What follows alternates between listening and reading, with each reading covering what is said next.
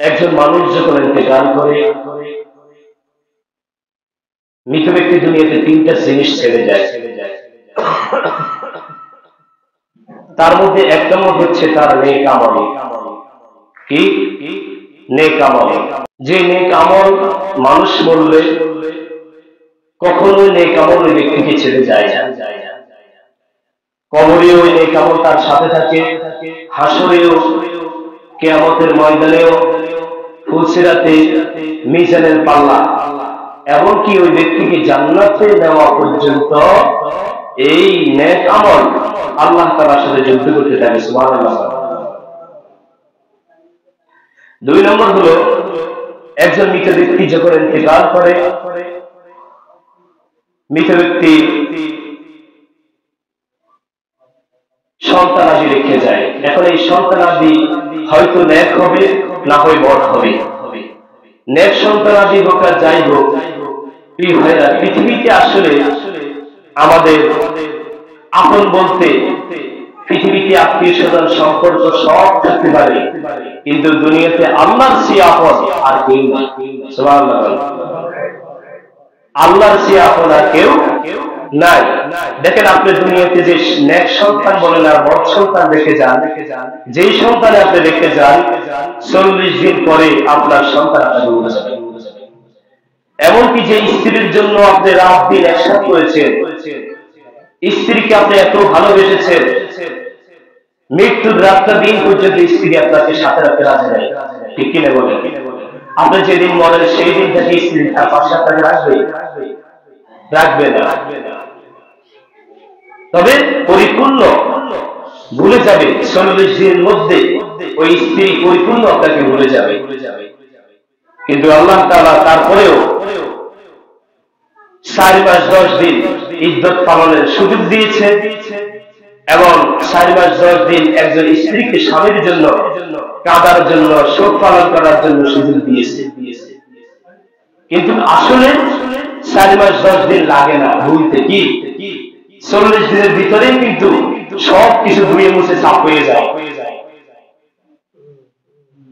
তাহলে দুনিয়াতে আপনি আত্মীয় স্বজন সম্পর্ক আপনার সব থাকতে পারে, আপনার সন্তান, আপনার ভাই বোন, আপনার মা বাবা, যে মা বাবা আপনাকে লালন পালন করতে সারা দুনিয়া এক করেছে, মা কত কষ্ট করেছে, কিন্তু সেই মাও 40 দিন পরে মরে যাবে। কিন্তু আল্লাহ তাআলা সেই মাকে 3 দিনের বেশি কাটার অনুমতি দেয়নি। সন্তান বললে সর্বোচ্চ 3 দিন কাটতে পারবে।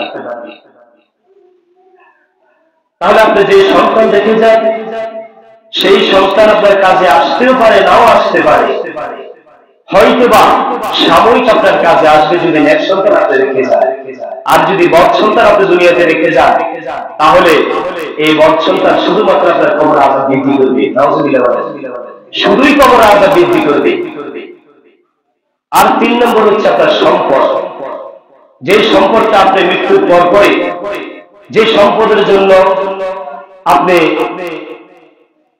অত্যন্ত পরিশ্রম করেছেন, মনের মতো একটা গাড়ি কেনার জন্য, নিজের জীবনকে সফল করার জন্য, সম্পত্তি অর্জন করার জন্য আপনি সারাক্ষণ পরিশ্রম করে গিয়েছেন।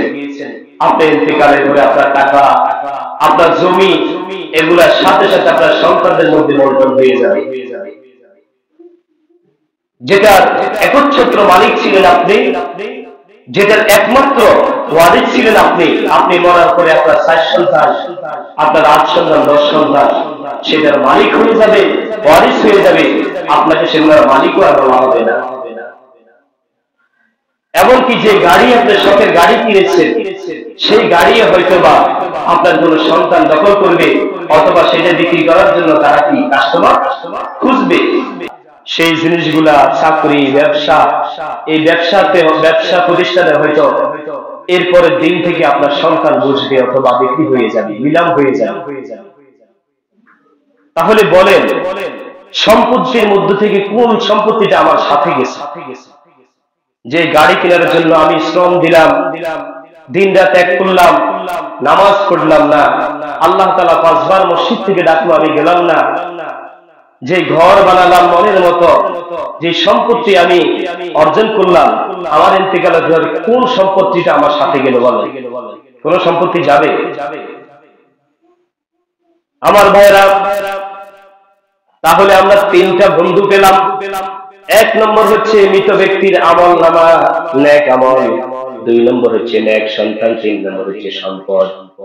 এই সম্পদ হয়তো আপনার আংশিক কাজে আসতেও পারে, এই সন্তান হয়তো আপনার আংশিক কাজে আসতেও পারে, কিন্তু নেক আমল যেটা, সেটা কখনোই আমার আপনার সঙ্গ ছাড়বে না।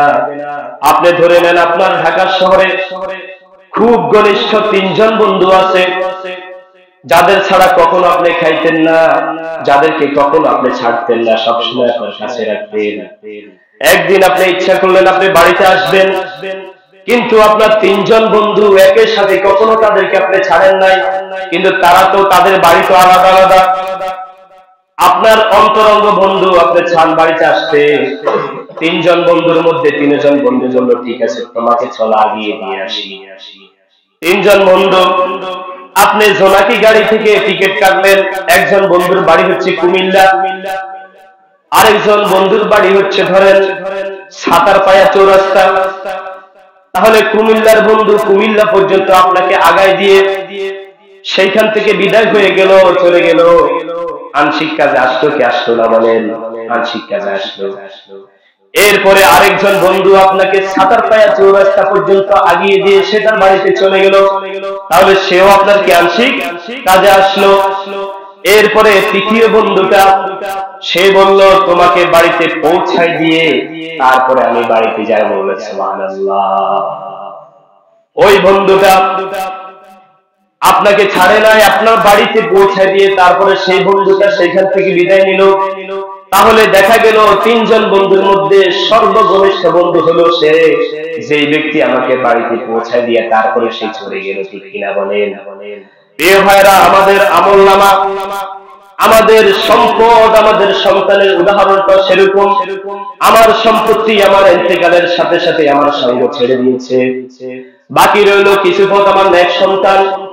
আমার নেক সন্তান আমার জন্য দোয়া করতেও পারে, না করতে পারে, তবে নেক সন্তান যদি হয় কখনো 5 ওয়াক্ত নামাজ পড়ে, নিজের জন্য নিজের 5 ওয়াক্ত নামাজ পড়লেও ওই সন্তানের আমলনামা থেকে কিছু নেক আমল, কিছু নেক, কিছু সওয়াব তার পিতামাতার কবরের মধ্যে পৌঁছে দেওয়া হয়। সুবহানাল্লাহ। তাহলে এই 2 নম্বর বন্ধু হলো আমার নেক সন্তান। প্রিয় ভাইরা, নেক সন্তান যদি হয় তাহলে মাঝে মধ্যে আমার কবরের মধ্যে একটু শান্তি আমি পেতে পারি।